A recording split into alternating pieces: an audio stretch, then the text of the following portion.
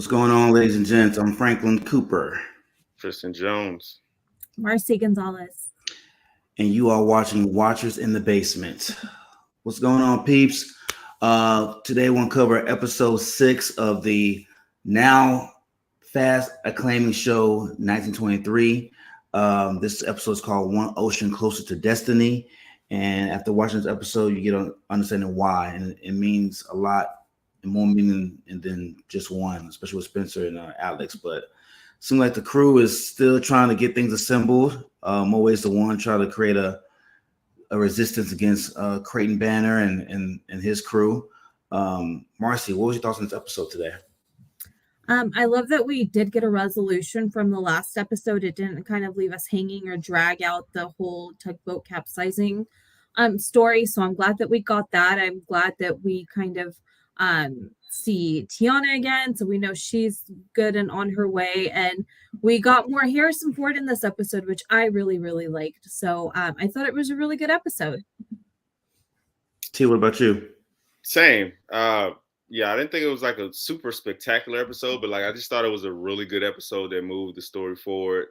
Really great Helen Mirren, Harrison Ford, and Alex. I forgot her. Julia something, but great episode for them, acting wise. Like just great performances all around.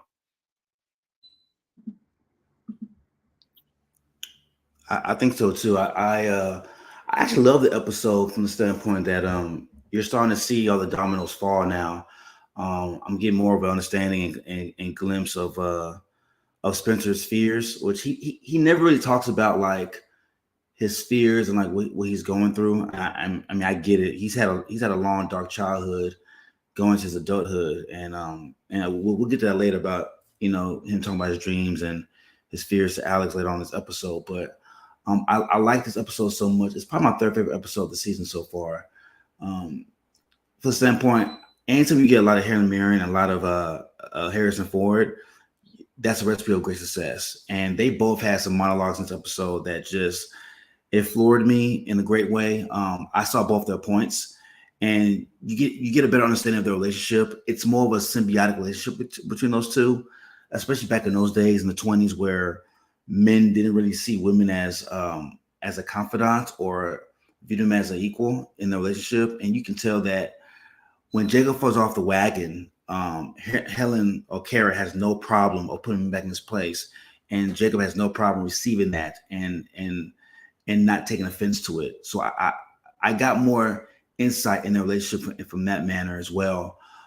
It moved pretty well. Wasn't much action to it, but with shows like this, even though I love action, if you don't give me that, give me great dialogue. And I feel like in this episode, I got really great dialogue with the cast in general.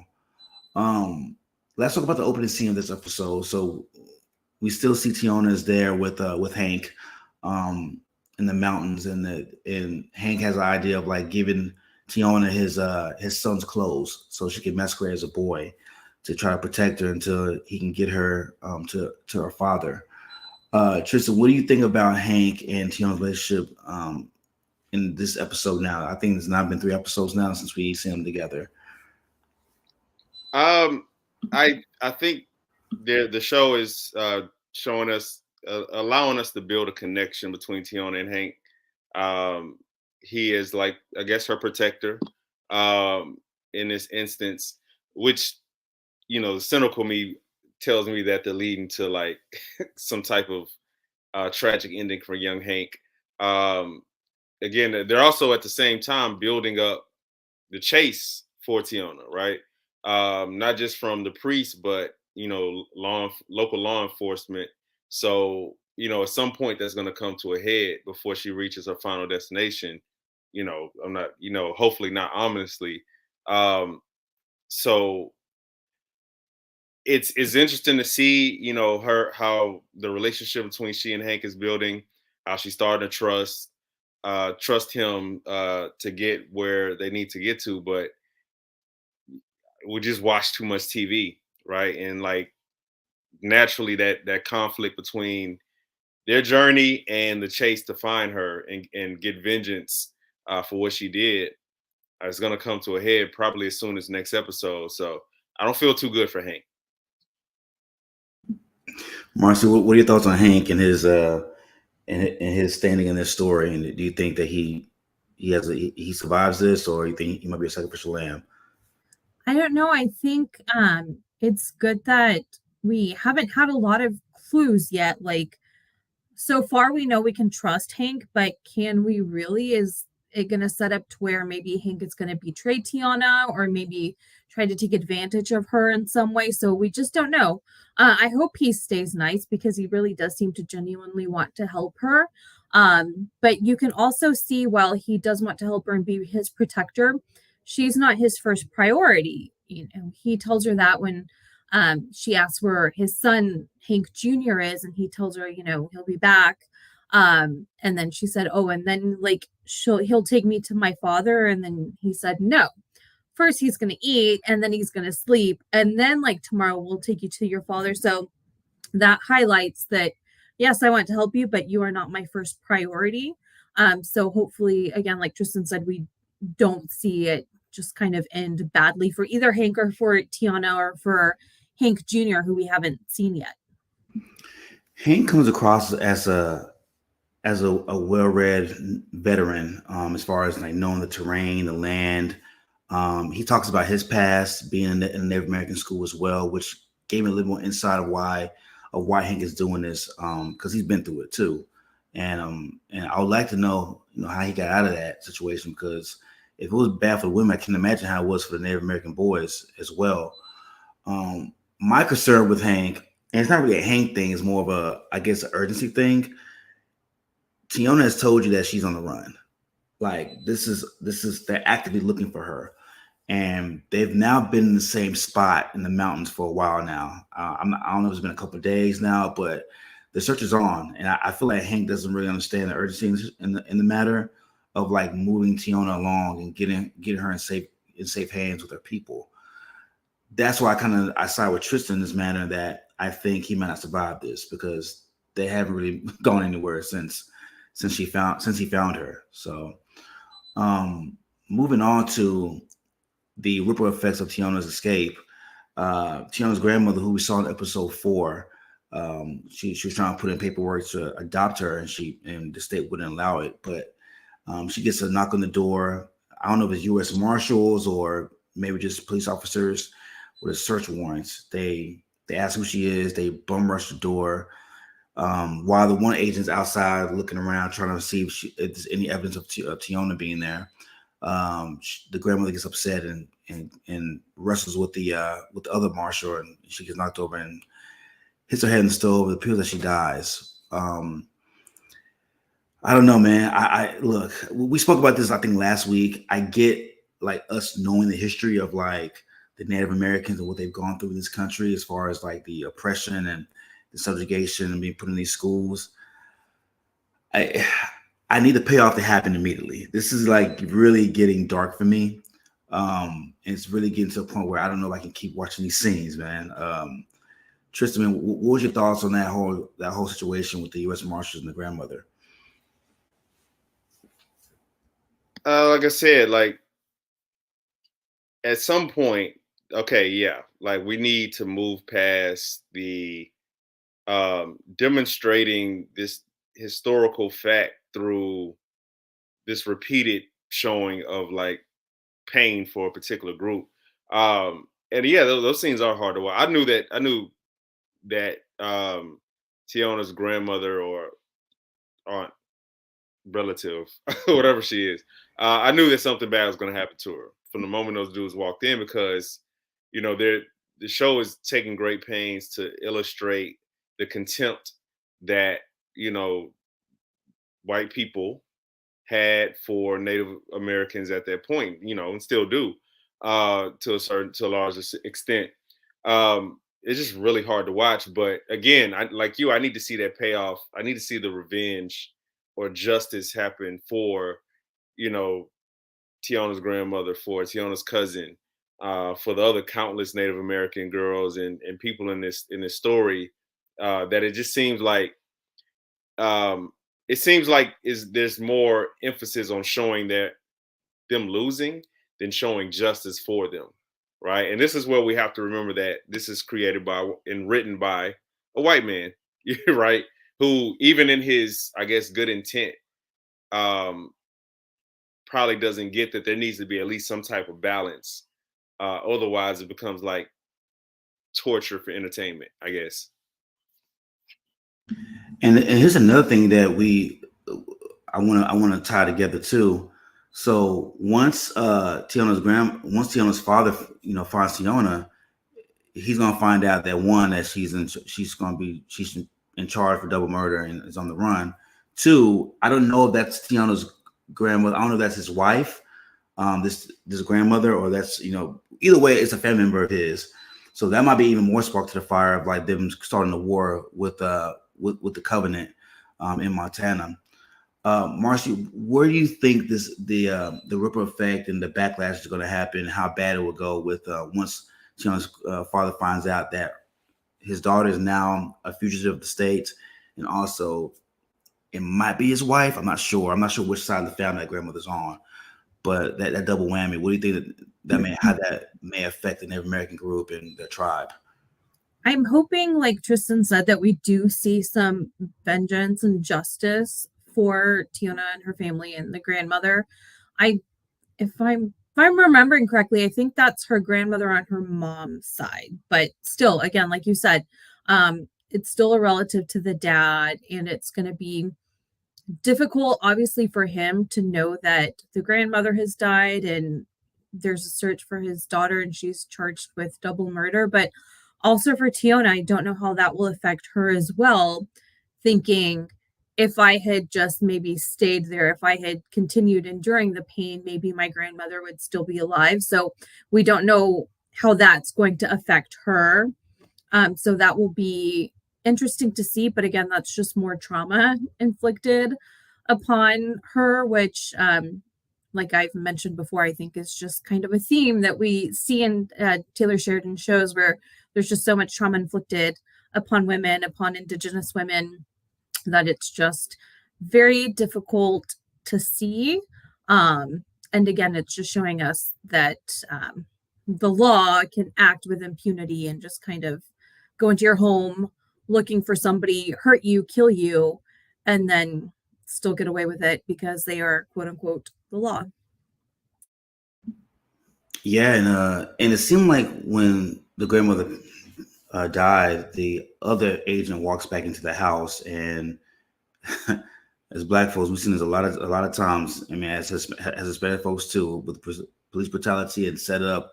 He's like, "Oh, she attacked me, and she died." That's the story, right? Or some in that fashion, and he's like forced to agree with it. So, I'm not sure that if that marshal is actually a man of the law, and like he holds the law close to his chest, and he has a open heart towards everybody. But it seemed like he was hesitant. So I'm looking at that too, and I want to see if that plays a part down the line of him possibly coming out and like speaking the real truth of what happened. So we shall see with that, but I'm definitely putting linchpin in that for right now. Spencer, Alex, and their journey. So last we left them. The tugboat flipped over and is upside down after the ghost ship collision, and now they're on top of the boat. And I don't know, man. Spencer might be the one. He might be the chosen one. I mean, between getting attacked by a leopard and on a tree with lions and hyenas and shit, now on a boat, bruh, he's gonna cause havoc. You don't survive all this shit only to like lose a battle at home. I think the battle at home is gonna be a small tale of what he's going through. Marcy, what are your thoughts on Spencer and Alex on their journey, and do you think they make it this season? Because it seems like they've been traveling since episode 4. We're not episode 6. Do you think the season is it going to be the opening of next season? What are your thoughts on that? I'm hoping we do see them at least arrive in the States, if not Montana, by the end of the season. It's been a harrowing journey so far. Again, you mentioned it. They've been up in trees, being attacked. Now they're capsized on this tugboat. They've got to stay on it in the worst part of the day when the sun's beating down on you. So it's been an interesting journey so far. I'm glad that they're not dragging it out. I'm glad that there's kind of like things happening. I loved that they were able to get married. I thought that was just kind of really sweet that they were able to do that. Will they make it to next season? I don't know, because there's some foreboding foreshadowing that's been thrown out there, and I don't know if it's done to really foreshadow or it's used as misdirection. But when close to the end of the episode where they're on the boat and it's nighttime, and she's like, I love you, I'll go anywhere with you, you're going to be the death of me. Does that mean that she doesn't make it to Montana? She makes it to Montana and like things don't go well there. So I don't know if, again, that was put there for us to just kind of think, oh, she's gonna, meet her fate, or if it's just try to like misdirect us. Yeah, I'm just kind of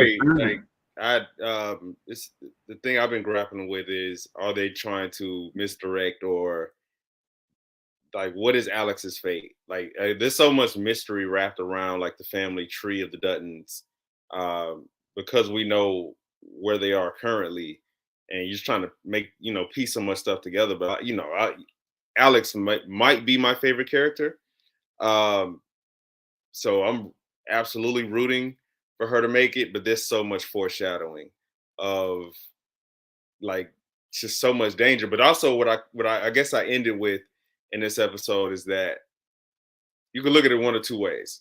Like all these obstacles that her and Spencer have gone through since they met could foreshadow like a quick death for her. Or it's like, okay, they've been through so much. Like, you didn't even mention the elephant attack. Like the elephant, the lions, the hyenas, the tugboat, everything. Like they've been through so much stuff together, that hopefully this paves a way for them to have at least somewhat of a normal life, and when they make it to the States. But that's my hope. So I'm biased in that regard. Yeah, that's my hope too. How I'm taking it is that all these obstacles that they're going through is to just attest to their relationship, and that once they get to Montana, that even though this is a big thing, like his brother's gone, his sister-in-law is gone, like people have died on within the Dutton camp. But maybe the show is telling us that what's going on at home is just a small testament to what you're going through as a man in this journey, with your loved one coming back home. And that's how I'm taking it. And I'm hoping that, because Alex, she's such an electric, eccentric character, and she brings life to the show. And I think we need that. With this show with so much darkness, so much despair, the Duttons are very, not dull people, but the more of the same. Whether it's Jacob, John, 1883's Lee Dutton, they're all the same when it comes to these ideals that they stand on and they die on, and they're very much about legacy and very much about protection. And you need that spark with the Alex to like bring the show to life and bring like a lot of side of comedy and a lot of side of like just a level of interest that you don't really see with the Duttons as a whole. So yeah, I think she'll make it. I hope she makes it. Maybe I'm just begging within myself. Who knows? But the pathway of like, to fast forward a little bit in the journey. Let's stay more on Spencer and Alex. So that night they see a big boat, a ship, I guess, and they finally get saved. And my boy Benjen Stark from Game of Thrones, man, shows up as the captain of that ship. And they talk about, Spencer's talking about how he needs to get back home, and but I think I can't remember the guys. I don't know the guy's name in real life, but he brings a good point of like, with his girlfriend being an immigrant, that it could take months for her to accepted into this country. So that, you know, they have an idea of Spencer and I was getting married right then and there. Marcy, I got to know, man, because I know there's a side of you that speaks to the heart, and you have a mushy side to you. What was your thoughts on how they came about with their impromptu wedding on that ship? I thought it was really sweet. I could see it coming when he started asking the questions, and he said, well, you're the captain of the ship. And I thought, oh, he's going to ask them to marry him. So I thought it was sweet that they did that. The whole thing with the rings, I thought it was really nice when they were digging through and looking for their rings. I like what Alex said, you know, isn't it kind of maybe some bad luck to be using dead sailors' rings to get married? So that was my thought too. And it made me think of Yellowstone when Rip gives Beth his mom's ring. And I'm like, dude, that was your dead mom's ring who got killed by your dad. Like, there's just some kind of like juju on that ring that I don't think I would want to keep on passing down. But I thought it was just a really sweet scene. I'm glad that they were able to get married. And I'm glad that the captain ended up being like nice, because at first, just his facial expression, I was thinking, is he going to be some sort of bad guy? Now they're going to get into another situation after they think they've been rescued. So I loved that. And I loved when the captain gave Alex his wife's ring when she wasn't able to find one that was that fit her hand. So I like that scene. I thought it was sweet. Hold on, fam. I could be mushy too, man. I must have outside twice in the 20 years I've known your black ass. No, I thought it was sweet. Like, I love what he said about, you know, not doing it as a benefit. It just like, it is a benefit, but like, that's not why I'm doing it. Like, they were right when they said like our whole relationship is like not waiting for things, not waiting till the next day. Because as they find out, like the next day is absolutely not promised. So, like, I love this relationship between them. I love how she fights through his sullenness. I love how he indulges her talkativeness. Like, I love that relationship because you can tell they're literally bringing the best out of each other. Like, she's forcing him to open up, and we hear more about Spencer. We're starting to learn more about his past, based on like her just kind of keeping the jabbing at him, just fighting through like that wall that he's built up throughout his life because of his experiences. So I'm dying for them to make it like that. It's literally a, what's the word I'm looking for? It is a natural like relationship. Like, it started with like just fascination, like they learn more about each other. They went through experiences and they built a bond. Like, it didn't have to take months and years, like for us to see this bond. And both actors have done a great job of portraying that bond in a short amount of time. I agree, Tristan. I think that's a great point. Seeing that relationship play out makes me think of relationships that I've been in, and it feels similar to where it's like, oh, like it feels like a lived in relationship, not just, you know, two people that just met and just really don't have any chemistry.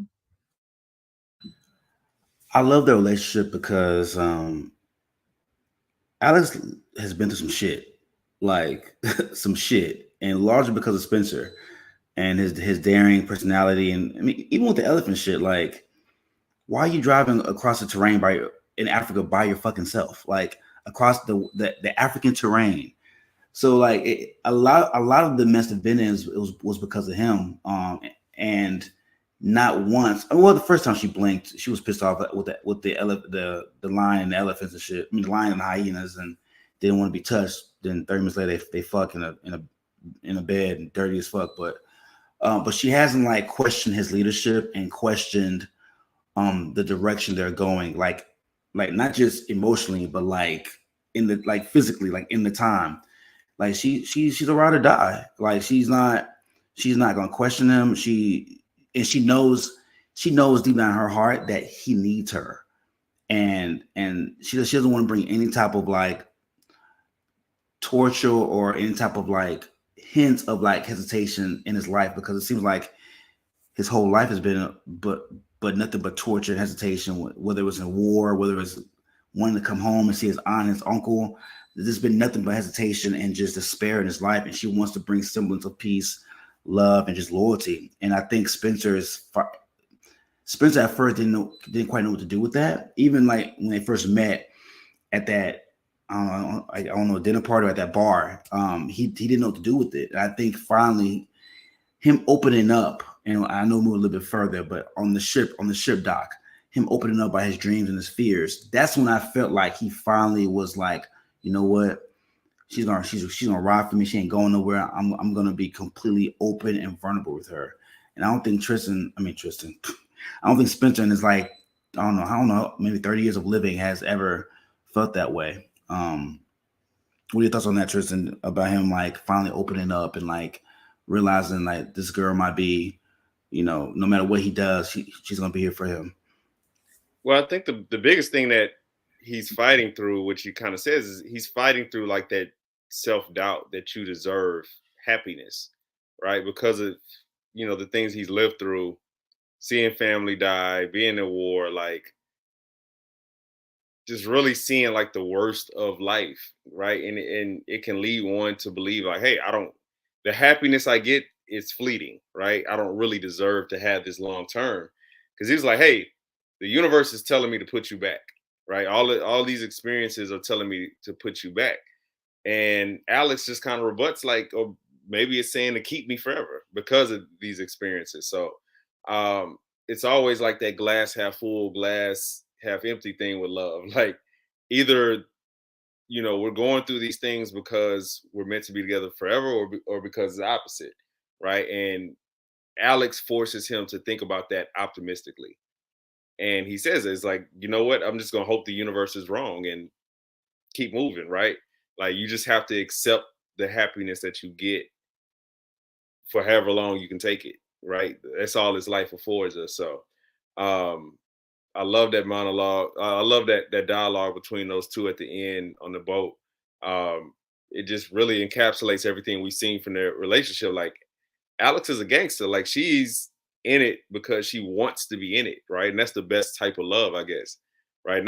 And she literally left an arranged love that was chosen for her, right? For one that she chose, right? And everything that came with it. So it's some poetic about it, if not impulsive, but it's a beautiful thing to see. The more daring Alex is, the more she endures. It tells me one thing: the dude that she was with previously had to be one dull motherfucker. For her to like be just so cool with everything they've been through shows me that she had. I mean, I get it was arranged and everything, but it shows me that the guy that she was with before was just like she might as well be watching paint dry, just a dull ass situation. Marcy, what are your thoughts on Spencer opening up and Alex, being that guide for him emotionally? It was nice to see because we don't see Spencer open up. And I'm sure it wasn't something that happened a lot with men in the 1920s. Even now, 100 years later, men are still not encouraged so much to open up and be vulnerable by society. So it's nice when they're able to do so because they should be allowed to do that. Just like women, like we feel that we are allowed to do that. So it was nice. I think it showed them being bonding more, right? He's being vulnerable and sharing how he really feels.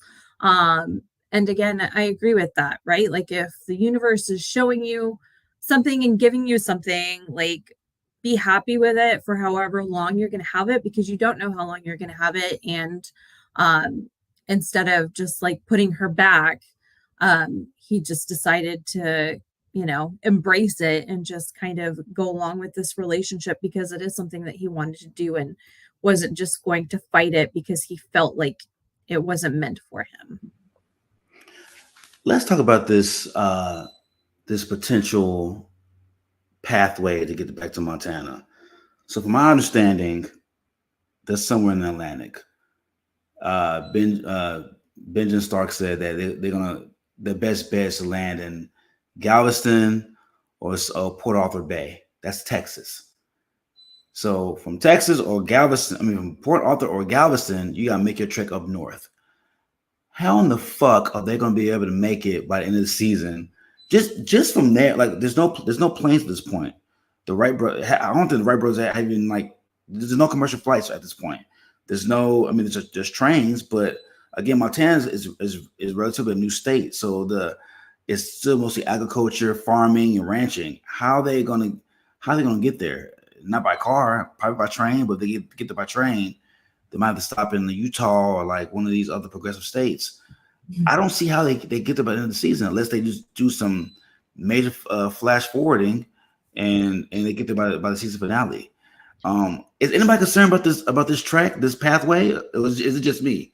No, yes, because they still haven't gotten to Marseille, which is where the ship that they got rescued on is going to. So they're still on their way to Marseille. And then from there, they have to trek across the Atlantic to, and they're not going kind of to New York. They're going to go south. So it's either land in Galveston or Port Arthur.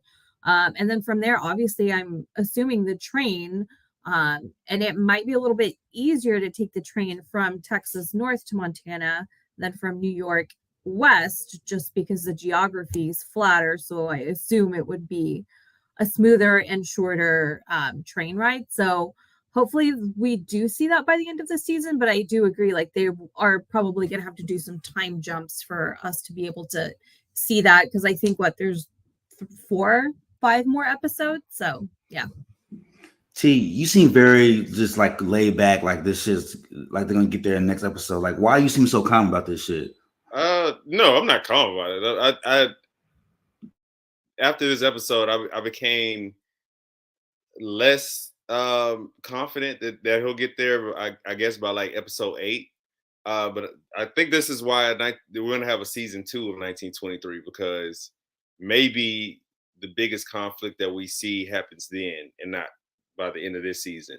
I think a lot of this season will be about how much the Duttons lost before they started to gain it back, right? Because again, Elsa says at the beginning of the season in her narration, that Jacob Dutton lost an empire, right? And we still haven't seen that, right? So I think more pain is coming to the Duttons before Spencer gets there, right? And so like what we see now is so much of the tension of waiting for him. Now that we know that he's on his way, the new tension becomes now we're waiting for him to get there, and we're just trying to not to cross shows, but endure and survive until Spencer gets there. And then that's when the full, I guess, now the full teams are drawn, and now that conflict can like fully play out. So yeah, it's gonna be a while. Like this was what, episode 6? I think he gets there episode 9 at the earliest.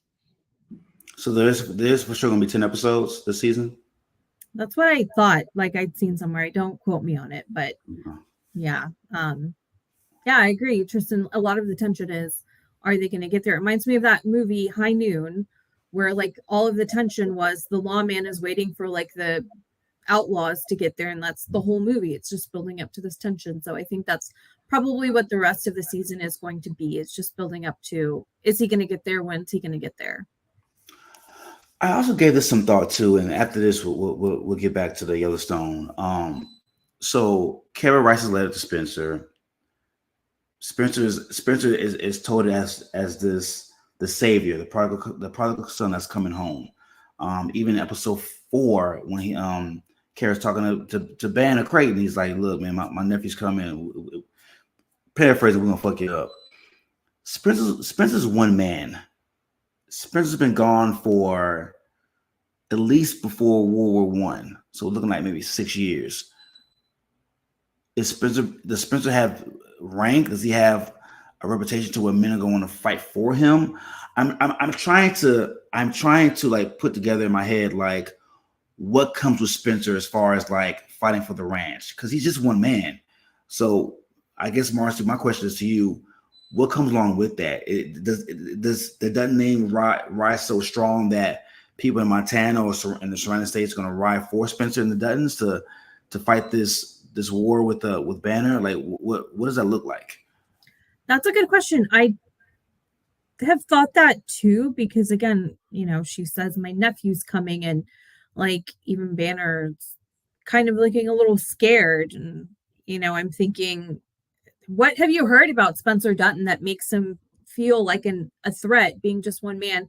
I think maybe it might be more that he's the type of man and the type of personality that can raise an army and raise a posse of guys to be able to fight. Not so much that it's just like himself is the strong one, but I think it is like he's got like that leadership capability, to be able to, again, like put together this group that is going to be able to fight for the Yellowstone. But yeah, like we know he's a badass, but we don't know maybe why like Montana would know he's a badass or know of, how strong he could be. And I think all these episodes, the previous episodes in the season always matter, right? Or they should matter to like ultimately where you're going. And everything, the characterization of Spencer Dutton since episode 1 has shown us, number one, that yeah, he's a badass, but two, he's charming, but 3, he's somebody that people want to follow, right? The 2, hunter guys that he had with him, like they were eager to follow him. Like it wasn't just that he's paying these guys; they were eager to follow him. Alex is eager to follow him throughout anything. Like he's somebody who commands respect, and that's shown through the way that he's characterized by the writers and Taylor Sheridan. So yeah, no, we don't know for sure how that relates to Montana. We do know that Jacob Dutton's name matters, and it's very safe to say that Spencer had been known at least around their surrounding area before he went off to war. Like that Dutton, like the Duttons come with a particular code to where you at least know that whoever you're going against is formidable. So yeah, hopefully we'll learn more about that before the end of the season. Like, what was Spencer like before World War One, before he went off? But everything they've shown us before is at least would not surprise us when he comes back to Montana and is able to galvanize enough people to fight for the ranch. Yeah, because I would think that he was probably like 17 or 18 when he left for the war. So I'm wondering what his stature and his presence meant to the ranch and to the state and to like the area. If he is a leader among men, I mean, I'm sure at now at his age that he's a leader among men. You saw with him as a hunter, and you saw with his friends in Africa. But I just wonder what teenage Spencer was looking like and what that means and what he left behind, and if that's still there when he gets back. So hopefully we do get a flashback of what it was before he went to war. So we'll see. Let's talk about what's going back at the Yellowstone. So day by day, Jacob's getting stronger. He's walking unassisted without help. Outside of a cane, and he tells Zane, "Hey, let's try to put together a posse on the low." I haven't heard the word posse since Phil Jackson in 2017, but whatever. But and while that's going on, Cara at the time I thought Jacob knew, but unbeknownst to Jacob, Cara is working with the sheriff to like find livestock agents, at least 20, and it looks like the interview's not going too well.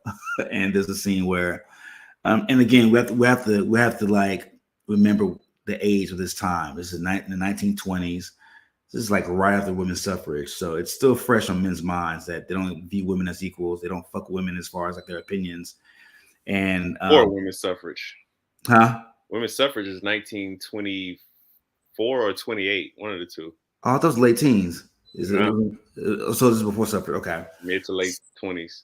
So right before women's suffrage. So there are a few interviewees who are being interviewed for this livestock role, and like I guess unbeknownst to them, Kara's leading the interview, and this one particular guy is not liking it. He's like, "Why are you questioning me?" And Kara's nephew knocks him over the head and pretty much knocks him out. Tristan, what are your thoughts on the interview process? And do you think Kara was wrong not letting Jacob know that she was doing this, working with the sheriff? I thought I understand why Jacob would be upset with her telling the sheriff. I think Why? Cara is right to tell the sheriff, Why, right? why do you think Jacob had a reason to be mad? Because there are legitimate concerns about in that time period. It's not like a relative, like it's not like the matriarch or patriarch of a family dies and there's this legal process that plays out. Like in that time period, a bank automatically assumes, because if Jacob Dutton dies, then the ranch cannot be viable financially going forward, and they're going to take that away on account because there's nobody left but a woman as leader, right? So again, that's a sign of the times, and Jacob knows that, right? The same reason why the same reason why Banner and all these guys think that the Yellowstone is so weak is because Jacob's down. Because the automatic assumption is a woman is in charge, so by definition, there's nobody to lead this ranch. So I get why Jacob is upset then, because he understands the times. With that said, Cara was right to tell the sheriff because they need all the support they can get, right? If not, it becomes a lawless venture and they just don't have enough soldiers. They don't have enough organization to fight that without losing, something else in the process. Um, so yeah, she was absolutely right. Right. So, but I get the tension, but what she was conveying to Jacob, in their argument is that you should trust me to make these decisions because of, again, hopefully you talk about flashbacks. We need to know how much of a badass Cara Dutton was before they got to Montana. But she's leveraging the things that she's done for him, and I presume with him in the past, as reason why he should trust her judgment and not just fall victim to the same trope of her being a woman that everybody else does. Boy, you potting today, boy. You potting today. Marcy, what are your thoughts? I agree. She was definitely right to tell the sheriff because now at least he'll know and be able to support in some way as much as he can, even though he's still like very pissed off about it that, they kind of took the law into their own hands. And I loved the scene where, at first she's like, oh, don't be mad, but like, this is what I did. It was just great to see Harrison Ford kind of back in his element of, you know, he was just so upset and he's talking to the sheriff about what they did and making his cause, right? Like, I had to do this. Like, the law wasn't really going to do anything.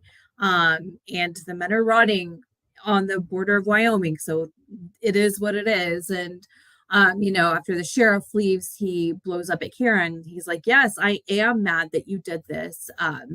So it was just a really great scene between both of them. I loved when Cara was like, I can't believe that you're turning your back on me after everything that I've done for you. I had to do all of this for you while everybody was suffering and you were asleep. You were knocked out. You didn't know what was happening. So I loved that scene where she just kind of took that power and just kind of reminded him that, hey, I was here holding it down when you were down. And if I hadn't been here, who knows what would have happened.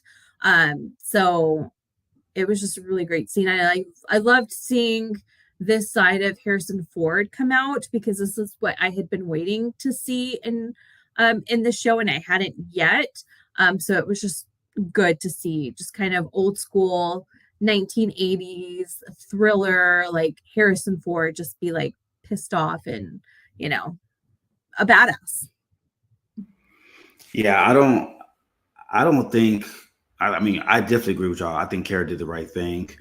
I wasn't really worried about the aspect that what Tristan brought up as far as like the new way of living now in the 20s. If a man dies and the woman can't handle the ranch or handle the estate that the state takes over. The only reason I wasn't afraid of that was because Sheriff McDowell and Jacob established their relationship in the first episode. They have been not only just colleagues but friends for a long time. I think Jacob got there in the late 1880s, and I think McDowell has probably been sheriff just as long. So I think the show did a good job of establishing a level of trust between McDowell and Jacob. Even though Jacob goes off the rails sometimes and does what he wants to do, you can tell that McDowell gives him so much rope and so much reign that he's not gonna arrest Jacob or treat Jacob as any other breaker of the law. There's a level of respect there, even though Jacob does go off the rails sometimes. So I didn't have any type of fear had Cara told the sheriff earlier. I think the sheriff would have supported Cara and the ranch regardless. Though I do understand Jacob's point, but I wasn't worried at all.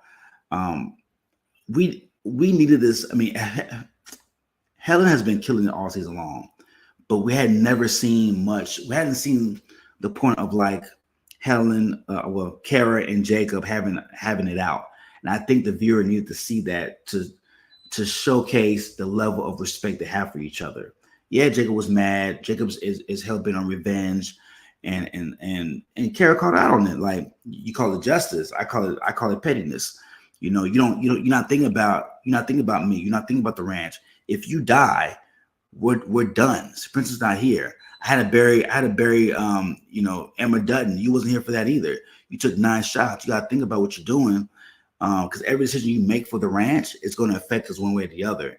And it was so Golden Globe, Emmy type of a monologue that is going to reign with me for a long time.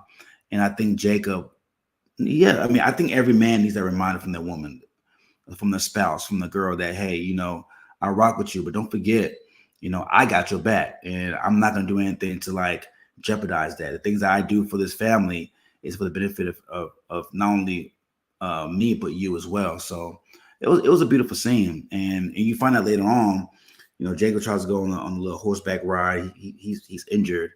He comes back that night, and I wouldn't call it an apology, but I would call it Jacob pretty much realizing and appreciating and reappreciating, let her know that, look, I appreciate you, but the monologue with Jacob was even better. Well, not better, but like it was even more tearful, because he, like John in the Man Yellowstone show, you see that the Duttons have a fear of progression, especially with the land, because this is all they know.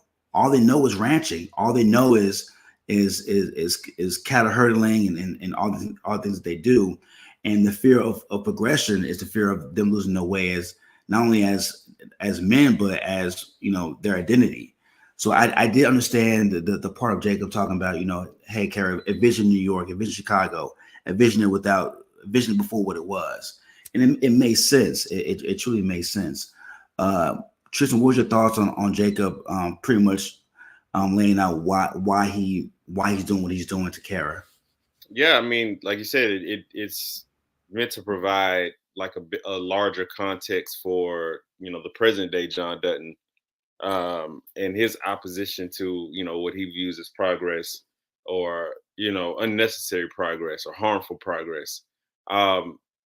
But what we know as viewers, and I guess what they don't know in 1923, is that progress is inevitable, right? Innovation is inevitable, right? So at the same time that they're fighting this different type of innovation, which is a threat to their land, threat to their livelihood, their family, their legacy, they're also embracing innovation through motor cars and getting in-house plumbing and all these things. Like, innovation is going to happen, right? And at some point it stops being a luxury and becomes a necessity when your environment and everything around you necessitates it. So it was a very poignant monologue.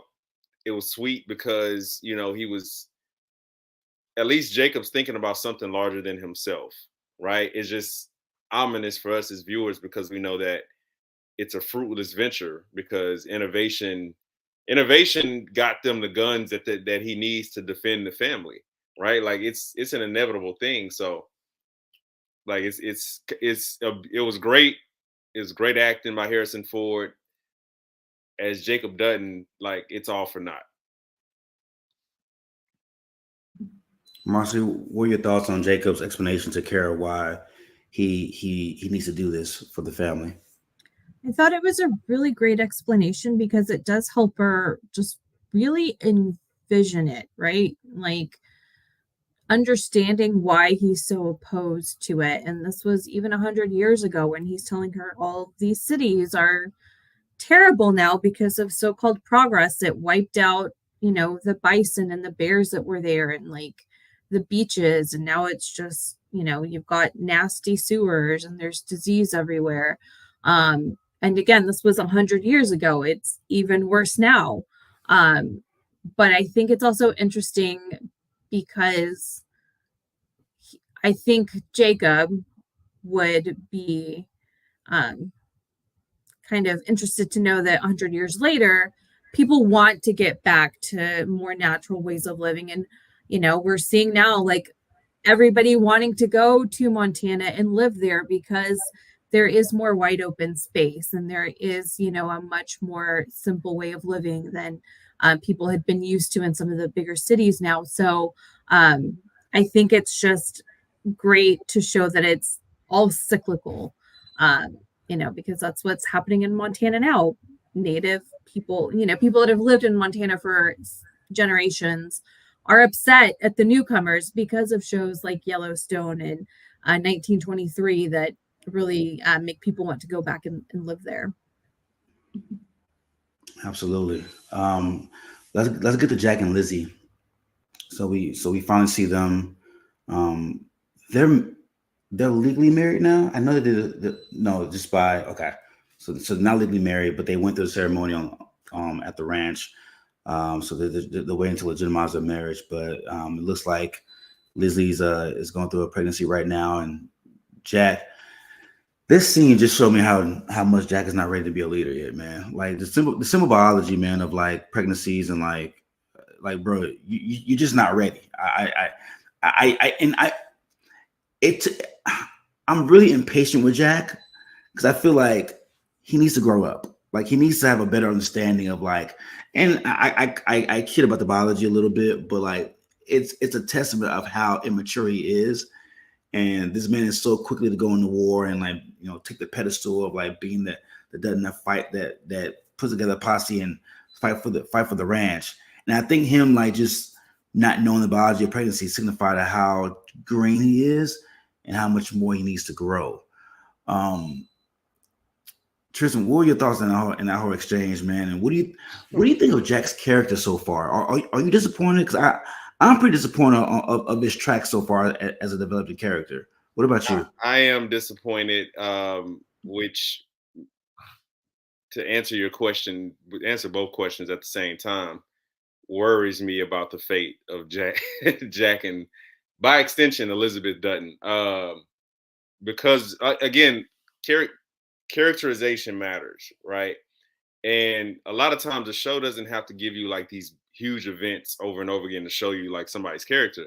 Sometimes it can be like these very little moments that remind us, hey, Jack is young as hell, right? Even though he may have experienced some things cool, but like he's still really young, both in age and experience, maturity, knowledge. He means well, right? And a lot of times what we see with characters who mean well but just are immature in so many different ways is those two things don't mix because they come to a head at the worst times. Like, oh, you want to save the family, so you jump into, this suicidal moment, right? And now you've made things worse, right?